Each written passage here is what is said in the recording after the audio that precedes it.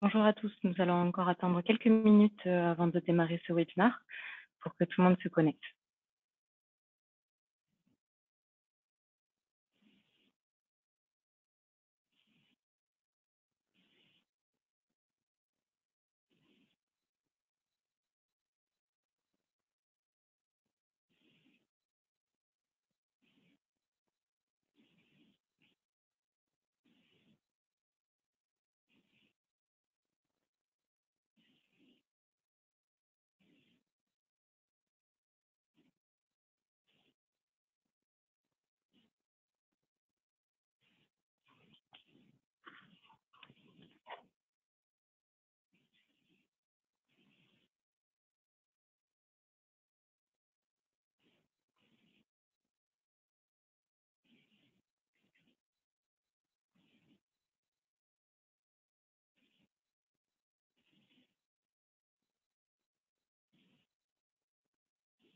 Allez, nous allons pouvoir démarrer ce webinaire dans quelques petits instants. Je vois que les connexions se terminent. Voilà. En tout cas, bonjour à tous et merci d'être présents à ce webinaire de rentrée. Vous êtes assez nombreux à avoir répondu à la date, donc merci à tous. On va s'intéresser aujourd'hui à ce qui va se passer en 2022, ou en tout cas, qu'est-ce qui se trame sur le monde du droit. Donc, on va s'intéresser surtout à la communication et aux outils que vous utilisez peut-être déjà ou auxquels vous vous intéressez. Donc, on va revenir plutôt sur différents outils de communication et différents outils de structure pour les cabinets ou les études de notaire. C'est vrai que ça va être un webinaire plus informatif que d'habitude. On va moins rentrer dans la formation, dans le détail de chaque outil, mais on aura l'occasion tout au long de l'année peut-être de revenir en détail sur certains sujets qui vous intéresseront, notamment le CRM ou encore les réseaux sociaux avec Instagram. Voilà, ce webinaire est vraiment de faire un panel de ceux que vous allez vraiment peut-être utiliser au quotidien ou qui tend à se démocratiser sur votre profession. On va commencer avec le legal design. Le legal design, c'est vrai que c'est un moyen de communiquer aujourd'hui qui a pris sa place tant sur les études de notaire que sur les cabinets d'avocats ou encore sur les directions juridiques. Le legal design, qu'est-ce que c'est? C'est un processus de pensée, de compréhension des besoins centré sur l'usager du droit. Il faut faire comprendre l'information juridique aux moins initiés, arriver à le faire comprendre de manière ludique et illustrée. On sait qu'aujourd'hui, sur le web, sur les réseaux sociaux, il faut faire passer un message visuel, arriver à faire comprendre justement des problématiques peut-être parfois compliqué selon les matières. Donc le legal design répond vraiment à ce besoin latent des clients et des usagers. Le legal design est rentré dans les professions de manière assez simple. C'est vrai que ça a été initié aussi par les écoles, notamment avec l'ERAGE, l'école des avocats du Grand Est, où on a mis en place des projets pour les étudiants, des formations, des modules d'ateliers liés au legal design qui ont permis de faire comprendre justement à ces jeunes professionnels, ces jeunes avocats en devenir, ce qu'était le legal design et comment le concevoir. C'est aussi avec l'initiative du Paris Jeune Notaire qui a lancé son premier concours lié au legal design et qui a vraiment permis donc de sensibiliser les notaires à cette pratique. Mais c'est encore aussi sur, par exemple, avec LegalSuite, qui est un leader du logiciel sur les directions juridiques, qui en 2021 va signer un partenariat avec une plateforme assez connue dans le legal design juridique. Voilà, c'est toutes ces initiatives qui nous font comprendre que le legal design prend vraiment une part sur ces moyens de communication, sur ces manières de communiquer aujourd'hui. Donc, on a quelques exemples, hein, on va citer quelques exemples avec notamment donc d'une avocat qui a un cabinet qui est centré vraiment sur les entrepreneurs, donc un cabinet d'affaires, et qui a lancé toute une série de legal design en fonction de différents sujets. Là, on voit que c'est par rapport au pass vaccinal, donc expliqué de manière très simple, très synthétique, avec un schéma en fonction de la thématique choisie. Et c'est vrai que c'est assez lisible, pourtant, donc c'est un format PDF sur LinkedIn qui va être donc plus ou moins détaillé en fonction de la thématique.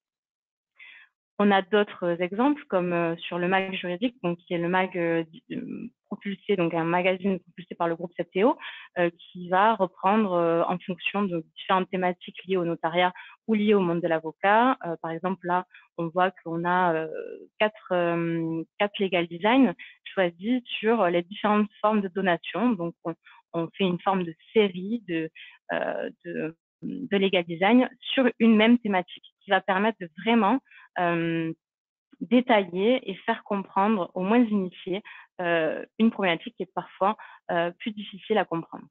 Voilà. Donc, on a cet exemple-là. On a aussi le cabinet Sagan Avocat qui a été quand même un cabinet assez précurseur en la matière sur le legal design et qui est donc un cabinet spécialisé en droit social, donc va s'intéresser aux différentes thématiques, aux différents sujets. C'est vrai que le droit du travail est un domaine assez facilement en tout cas, qui se prête vraiment à cette tendance du legal design, et il a été très bien repris donc par le cabinet Sagan Avocat. Voilà pour les exemples sur le legal design. Si on repart sur un autre outil et un moyen de communication aujourd'hui très en vogue, c'est les podcasts. Et en effet, les podcasts aujourd'hui, on est près de 6 millions de Français à en écouter au moins un par semaine, ce qui est quand même énorme, une tendance qui tend à encore plus se développer sur 2021 et 2022. On sait qu'on en écoute dans la voiture, à la maison, en faisant le ménage. C'est des temps qu'on s'octroie aujourd'hui de plus en plus et on va faire revenir justement ce média audio qui avait un petit peu disparu. C'est vrai qu'on écoutait de moins la radio, en tout cas sur une cible peut-être un peu plus jeune. Et les podcasts tendent à justement à redémocratiser cette utilisation du média audio. On sait qu'aujourd'hui, tous les professionnels du droit, en tout cas, sont représentés sur les podcasts. On a les notaires, les juristes, les cabinets d'avocats. On a cité quelques exemples, comme vous pouvez le voir, donc avec les histoires vraies. Donc, c'est des notaires qui vont raconter leur quotidien, leurs anecdotes sur différents sujets. Avant de signer, qui est l'initiative de deux avocates qui étaient centralisées sur le droit commercial et des affaires, qui vont vraiment donner des conseils aux entrepreneurs sur leur quotidien de chef d'entreprise. Fleur d'avocat aussi, qui a été précurseur en la matière, qui a commencé et qui fait toujours interview donc ses confrères sur différents sujets. Donc, elle va faire un focus sur un avocat et qui va donc interviewer ces avocats sur leur quotidien. Et le dernier que j'ai cité, mais on a une liste non exhaustive de podcasts. On a énormément de podcasts dans le droit qui sont développés sur 2021. Le Conseil du coin, qui était de base une radio et un site pour donner des conseils dans le notariat. Donc, ils vont développer notamment donc leur chaîne de podcast dédiée à des thématiques dans le notariat pour répondre à des questions sur la succession, sur l'immobilier ou encore sur le droit des affaires. Voilà, c'est donc des podcasts différents où on va voir plusieurs formats. On n'a pas une durée prédéfinie pour un podcast. On peut avoir des podcasts qui durent 5 minutes ou encore 1 heure. Il faut arriver à donner une identité visuelle, mais aussi dans le contenu, avoir vraiment une logique et une ligne directrice dans les podcasts, de créer sa propre identité et ne pas s'en éloigner. C'est vrai, donc de pouvoir choisir différents sujets, mais de vraiment avoir sa propre identité dans le podcast. C'est très important pour le développer. Ensuite, on va s'intéresser de plus près aux stories et au réel. Mais vous allez me dire, mais qu'est-ce qu'une story, qu'est-ce que les réels? En fait, c'est donc des fonctionnalités développées par Instagram, donc le réseau favori aujourd'hui en France et dans le monde. C'est le réseau qui détrône aujourd'hui tous ses concurrents. Pourquoi? Parce qu'aujourd'hui, Instagram permet d'avoir une vitrine gratuite et totalement et extrêmement visuelle pour mettre en avant vos services en tant que professionnel. Les professionnels du droit ont toute leur place sur ce réseau. On voit qu'il est de plus en plus utilisé, notamment dans le notariat, même si les cabinets d'avocats sont bien sûr totalement représentés sur ce réseau, mais on voit une tendance assez nette dans le notariat. On peut rendre totalement accessible des contenus. Quand on parlait de legal design, c'est vrai qu'on peut totalement mettre en forme des contenus visuels, mais qui vont pouvoir expliquer plus facilement le droit, mais aussi montrer vos coulisses, humaniser justement votre relation avec vos clients. C'est quelque chose aujourd'hui de primordial. On sait que le choix va s'orienter quand on va être amené à choisir un avocat ou un notaire dans le cours de sa vie. C'est vrai que si on a une première approche aujourd'hui par le biais d'Internet et notamment des réseaux sociaux, c'est déterminant en tout cas pour votre clientèle.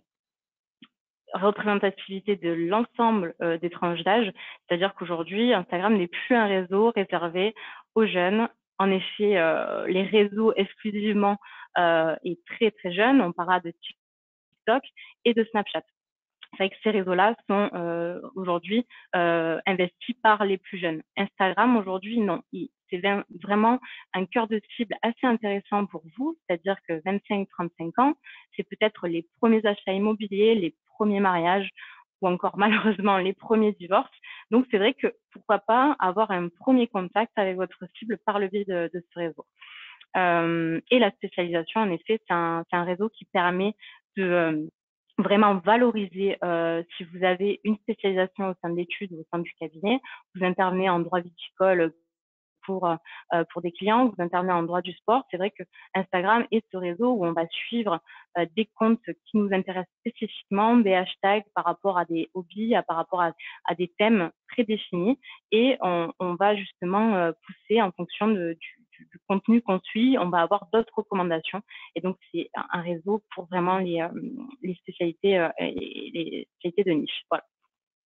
Donc, vraiment, l'importance de ces fonctionnalités-là et de s'en emparer aujourd'hui, parce qu'on sait que la vidéo a fait énormément on en voit partout aujourd'hui sur les réseaux sociaux. C'est un format énormément publicité par la cible aujourd'hui.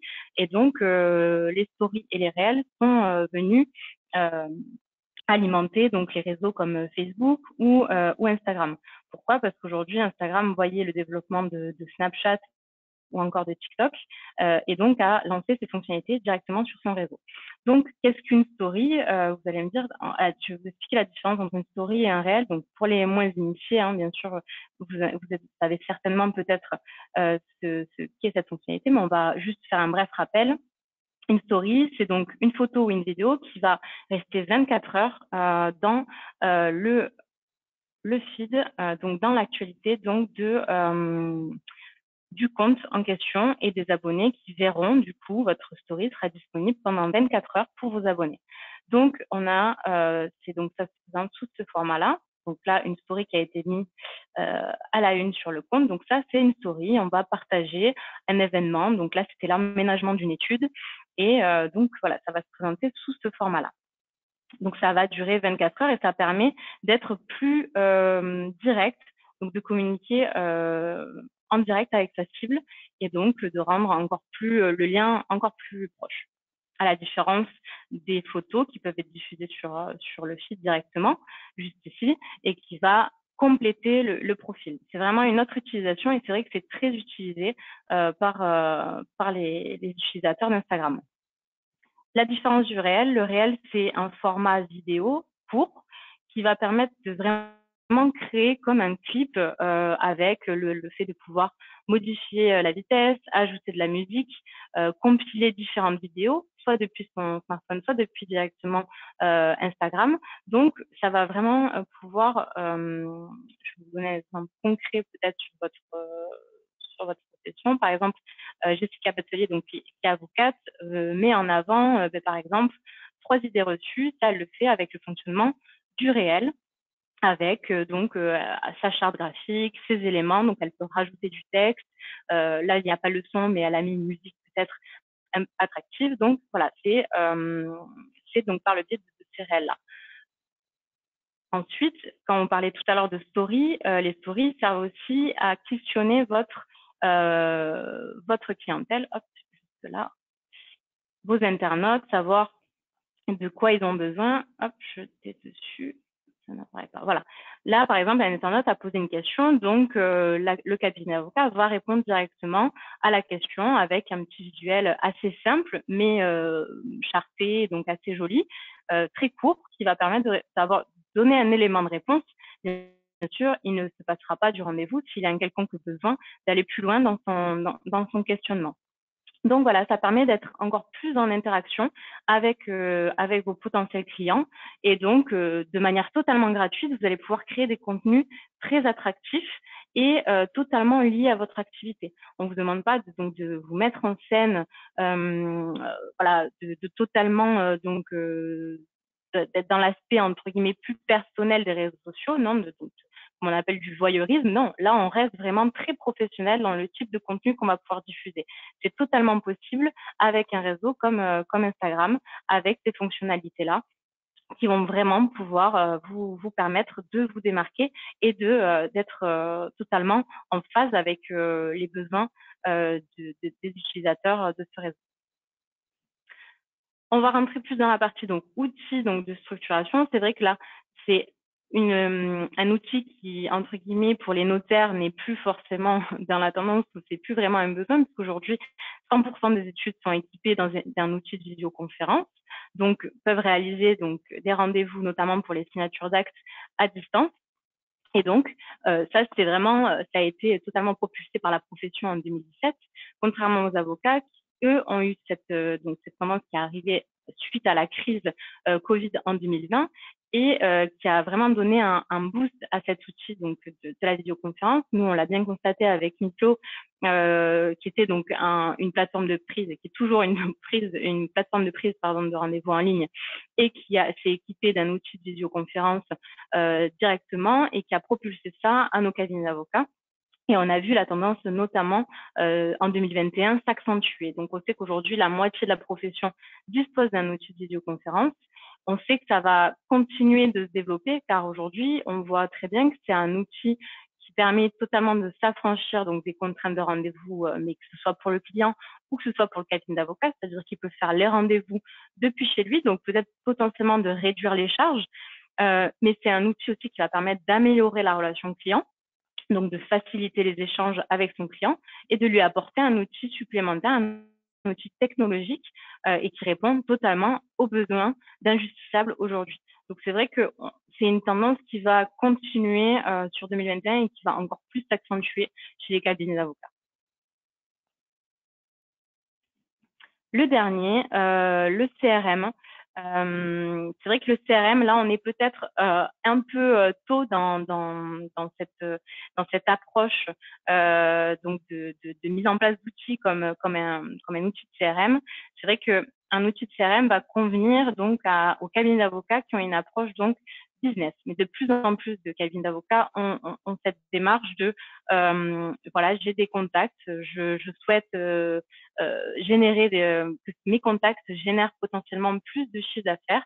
C'est-à-dire, j'ai peut-être par le biais de mon outil, mon logiciel métier, j'ai une base de contacts énorme où j'ai depuis Outlook une base de contacts énorme par le biais de mes dossiers depuis l'ouverture du cabinet. Ben, je vais pouvoir exploiter ces contacts par le biais d'un outil CRM, pouvoir les qualifier, pouvoir leur communiquer des informations par le biais donc de l'interface emailing qui est totalement intégrée au CRM et qui va donc permettre, pourquoi pas, vous avez votre clientèle, c'est, je sais pas, des chefs d'entreprise ou encore des DRH, vous allez pouvoir leur notifier peut-être au trimestre la dernière jurisprudence, qu'est-ce qui va pouvoir les impacter dans leur quotidien avec le conseil ou un conseil donné à votre chef d'entreprise ou votre DRH directement avec un emailing qui permet un envoi entre guillemets massif avec le choix de segmenter. Voilà, vous envoyez à la clientèle DRH sur la région Rhône-Alpes ou encore j'envoie à mes directions juridiques sur la région parisienne. Voilà, on va pouvoir segmenter nos envois d'emailing et de pouvoir être encore plus spécifique, encore plus qualifié dans notre démarche. Donc c'est vrai qu'un outil CRM vraiment permet de développer cette approche business. Et on va pouvoir peut-être donc proposer des offres spécifiques, notamment, je pense aux cabinets d'affaires, peut-être qui vont pouvoir packager des offres directement à leur chef d'entreprise avec, je sais pas, un pack rédaction des statuts, un pack rédaction des contrats, etc. Voilà, de pouvoir vraiment éditer des offres directement depuis cet outil-là, donc de faciliter l'édition de devis spécifiques à vos clients dans lequel ce serait possible. Sur vraiment, je sais que l'outil CRM va un peu plus convenir à les cabinets d'avocats qui travaillent en B2B, donc des cabinets d'affaires. En dernier lieu, sur une plateforme CRM, on peut analyser ces statistiques. On a un tableau de bord qui va montrer peut-être les rentrées d'argent, les derniers contacts entrés, les derniers rendez-vous effectués. Et donc, ça permet de suivre l'activité et d'avoir une vision sur ses performances, sur les performances du cabinet. Donc, c'est vrai que le CRM répond à ce besoin aussi d'améliorer sa relation client. On est plus en lien avec ses clients. On sait de plus en plus ce qu'ils souhaitent. Et aujourd'hui, on sait que seulement 11% des cabinets sont équipés d'un outil CRM. Donc, on sait que ça va être une tendance qui va peut-être 2022-2023, ça va s'accentuer sur les prochains mois, je pense. Donc, voilà. Je crois que j'ai fini ce webinaire. En tout cas, restez à l'écoute des prochaines tendances. Ce qu'on vous a évoqué aujourd'hui, c'est une liste non exhaustive de ce qu'on peut apercevoir, notamment sur les moyens de communication ou encore les outils qui structurent votre cabinet ou votre étude. Donc, restez à l'écoute et merci encore pour votre écoute aujourd'hui. Vous avez peut-être des questions. Je vais regarder ça tout de suite.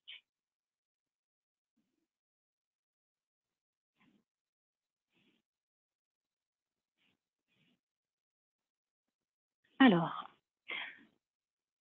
pouvez-vous mettre les ressources à disposition? Bien sûr, donc après ce webinaire, on vous enverra justement un listing de références, notamment sur les legal design, sur les comptes Instagram ou encore sur les types de podcasts référencés dans le droit.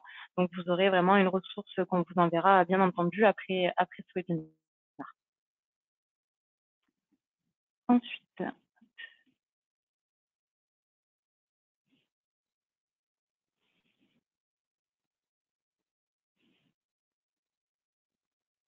alors, je n'ai pas parlé de LinkedIn, en effet, car aujourd'hui, ce n'est pas une tendance à proprement parler. C'est vrai que Instagram est tellement popularisé et développé, notamment avec ses fonctionnalités, que LinkedIn reste assez constant dans son approche. Alors après, LinkedIn est un réseau social totalement cohérent, que ce soit pour les études de notaire ou pour les cabinets d'avocats, bien entendu. Hein. Là, on parlait vraiment des tendances qui sont assez marquées pour 2022. Sur quelle interface puis-je héberger mon podcast? Alors, vous avez SoundCloud ou encore Spotify qui permettent d'héberger vos podcasts de manière gratuite directement sur leur interface.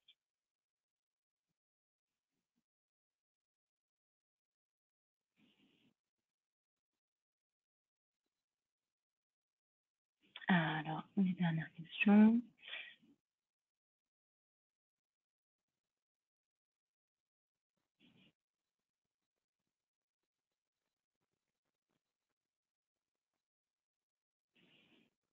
Alors, puis-je faire une story pour mon étude? Oui, tout à fait. Vous pouvez donc, pour les études de notaire, vous pouvez totalement mettre en avant, pourquoi pas, vos collaborateurs, des événements que vous réalisez au sein de l'étude, ou encore, vous pouvez totalement valoriser vos déplacements, vos formations. C'est vraiment la story, c'est vraiment montrer les coulisses, en effet, de l'étude. Donc, c'est pas vous pouvez peut-être pas tout le temps en faire, mais par exemple aussi sur les biens immobiliers, voilà, valoriser peut-être une vente ou voilà, ça peut être plusieurs types de contenus qui peuvent être mis en story.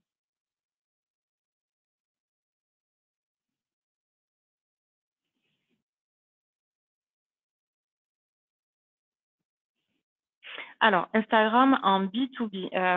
Alors, Instagram en B2B, bien entendu, dans tous les cas, il faut que votre compte que vous adressez, soyez un cabinet d'avocat et vous adressez en effet à des entreprises, il faut aujourd'hui qu'ils puissent vous trouver sur Instagram. Euh, c'est vrai qu'en effet, dans la communication quotidienne, LinkedIn correspond beaucoup plus à cette communication, mais Instagram a le pouvoir, entre guillemets, de vraiment casser peut-être cette barrière de prise de contact. Aujourd'hui, on sait que, par exemple, j'ai une étude de notaire qui avait cette stratégie de s'abonner peut-être à tous les restaurants, toutes les compagnies d'assurance, tous les agents immobiliers dans son secteur d'activité euh, et dans son secteur de géographique qui permettait du coup de faire du réseautage par le biais d'Instagram. Donc juste d'aller faire une technique de following. Donc on va suivre des comptes qui sont dans notre zone d'activité et ça peut être totalement en B2B, c'est-à-dire qu'on va suivre la page de l'agence immobilière, ou autre société de service. Voilà, ça peut être totalement en B2B en effet. Il y aura bien sûr un replay de ce webinaire accessible sur notre chaîne YouTube, bien sûr.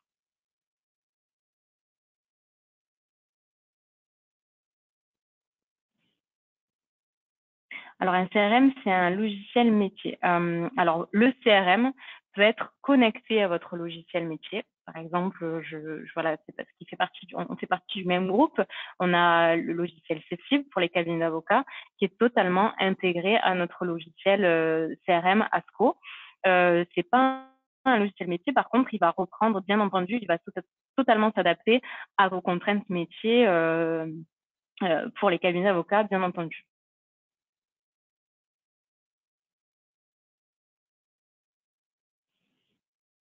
Oui, on s'occupe des comptes Instagram pour les études de notaire, tout à fait, comme pour les cabinets d'avocats. C'est une prestation qu'on développe en effet depuis 2 ans, avec une prestation beaucoup plus spécifique. On va pouvoir publier régulièrement des contenus visuels.